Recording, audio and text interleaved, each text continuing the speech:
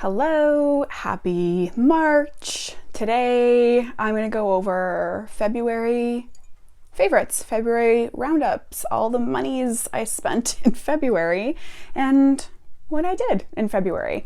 I've got my grandma's teapot and I have David's Tea Peppermint Halo. I don't have a headache, but it's all right. So let's talk about the order of what we got here in case there's some parts that you'd rather skip. So first we're going to do deck purchases, then we're going to talk crystals and crystal gifts purchases, and then we're going to talk books. So first off, I didn't buy a tarot or oracle deck per se this month. What I did buy was the spread deck. And I did a full unboxing of this, which I'll link in the cards. Hopefully I remember, but it's just an idea for spreads.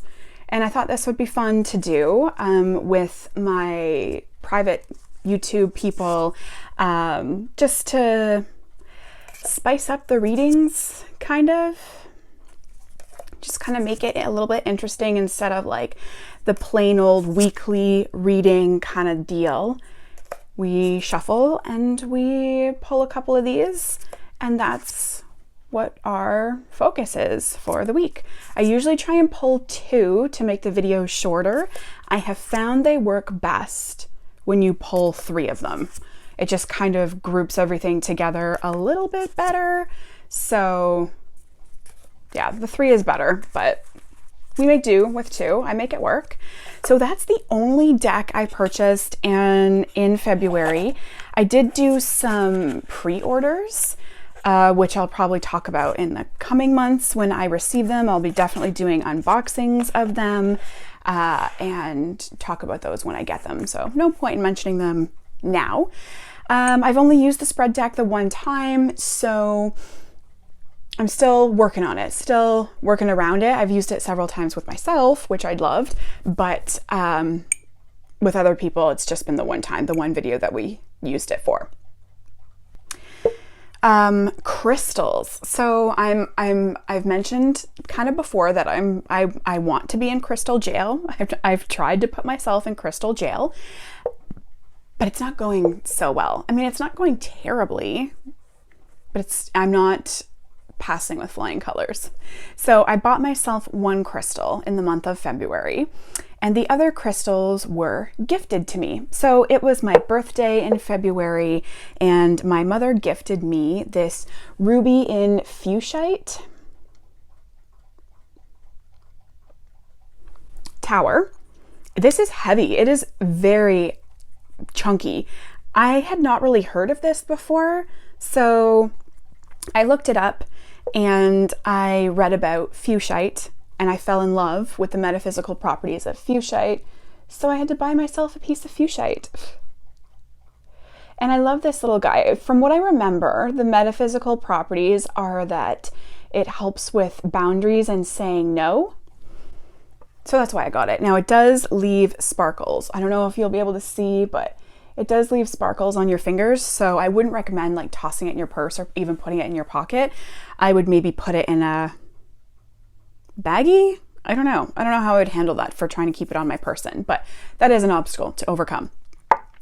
And the other thing I did in February for Valentine's Day, I'm part of an outdoorsy group on Facebook, and the Canadian chapter of this group, I think even the regular chapter of this group did this as well, like the worldwide chapter, but there's way too many people. So in the Canadian group, someone started a Canadian chapter of this, and we did a Galentine's Day gift exchange.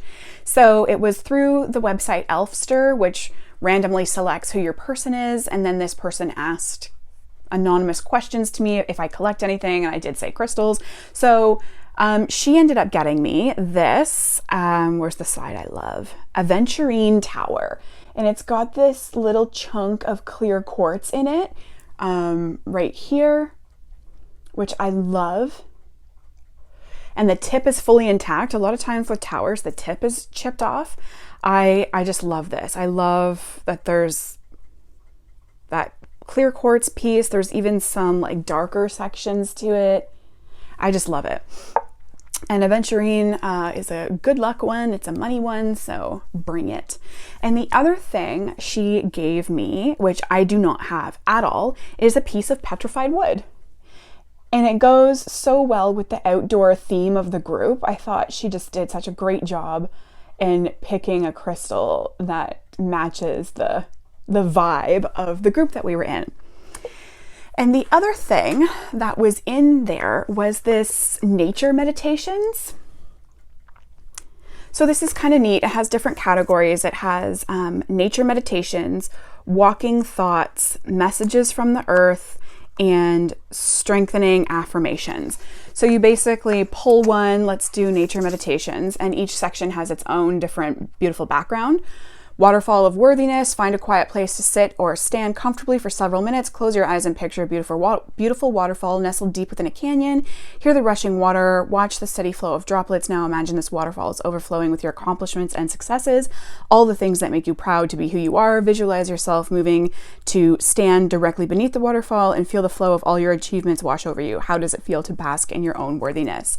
So each category kind of does what the category says. So walking thoughts, messages from the earth, and strengthening affirmations. Let's just pull messages from the earth and see what its example is. So that's the backs of that one. Difference is distinctive. When anomalies arise in nature, they are labeled as rare, not weird.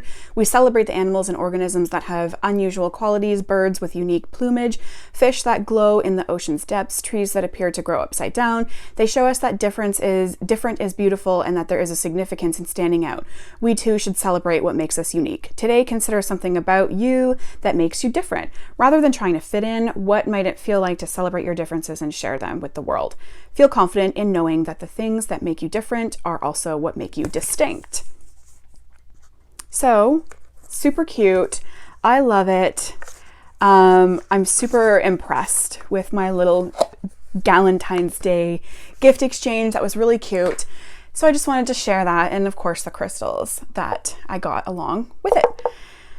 Now, we're just zooming right along. February was a bit of a slow month for me, not gonna lie. I didn't do too much or go to too many places. We weren't necessarily in lockdown here where I am, but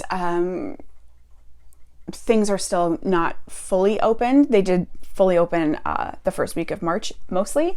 So hopefully we'll get back into the swing of things this month, but February was just a little bit slower. And again, I'm trying to have, I heard Lisa Papa say, instead of a no buy, a low buy.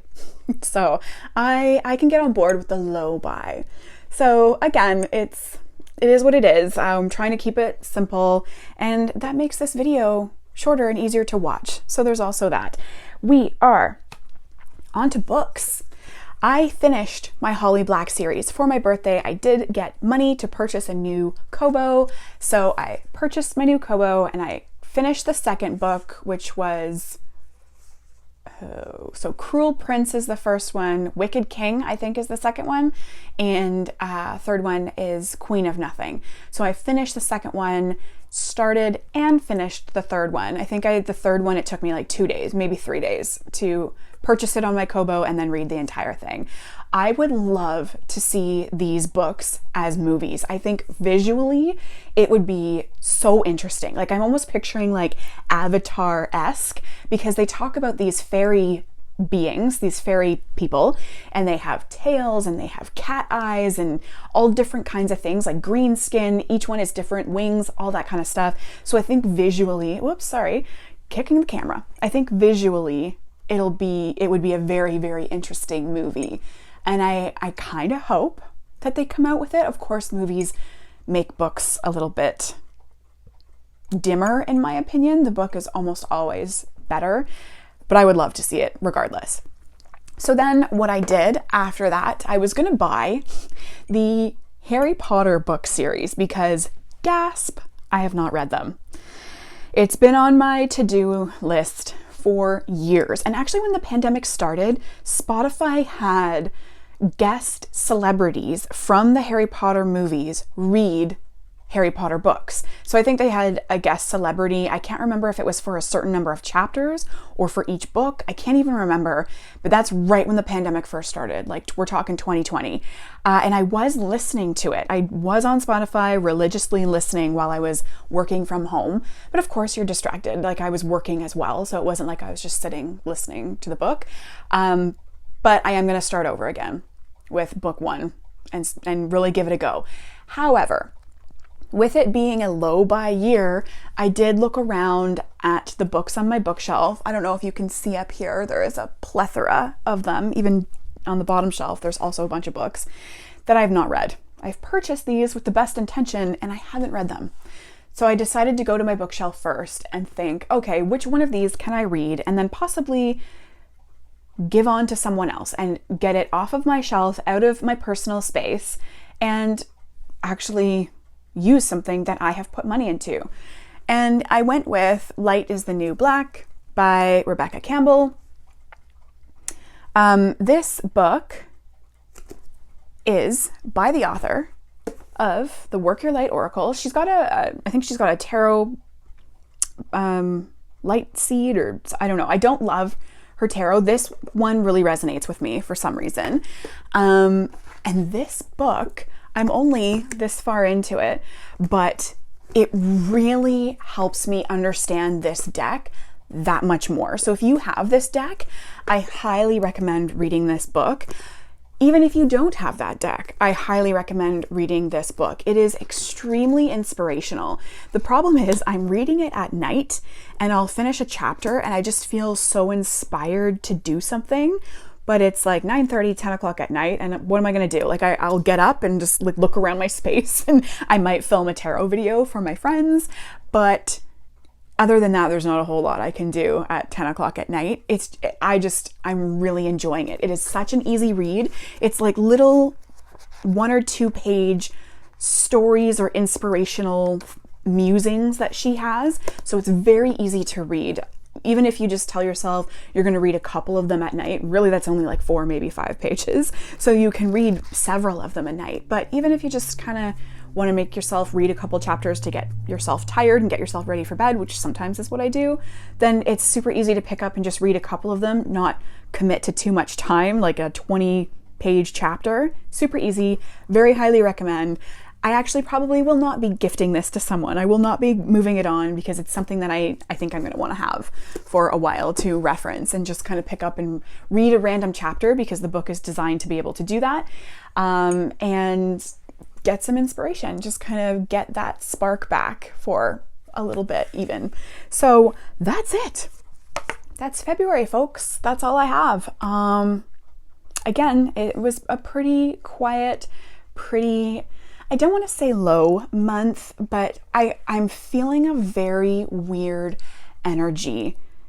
And I have been for probably a few weeks now, if not several weeks. It's just, I can't even explain it. I can't explain why. I just feel like things have changed. Things have changed in such a way that I feel very affected. And I mean, a large part of it is probably COVID. You know, I haven't really seen much of my friends lately. I live with my mother and neither one of us are really going out or doing anything. We're both home 24/7.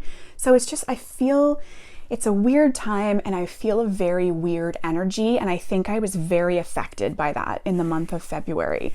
So maybe you can relate, maybe not. I mean, I wouldn't say it's a depression at all. It's just, there's a difference in the air. There is a very clear difference. So if you're feeling it too, hit me up in the comments. Otherwise, maybe it's just me. I don't know. But hopefully, like I said, you know, it's March, it's officially spring, and I think things will start to turn around. Things have opened back up. We've lost a lot of mandates here in Ontario. So hopefully things will start to feel more normal and people will start to get back out there and start doing things and going places. I am mandated to go back to work 3 days a week now, starting April. So maybe that'll change things. Maybe that'll change how I feel. I don't know. But that's my February.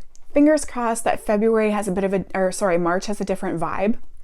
I'm hoping it does. I have no reason to believe otherwise. So I will see you about the first week in April for March's roundup, and I should probably have a new tarot deck to share with you then that I'm really excited about.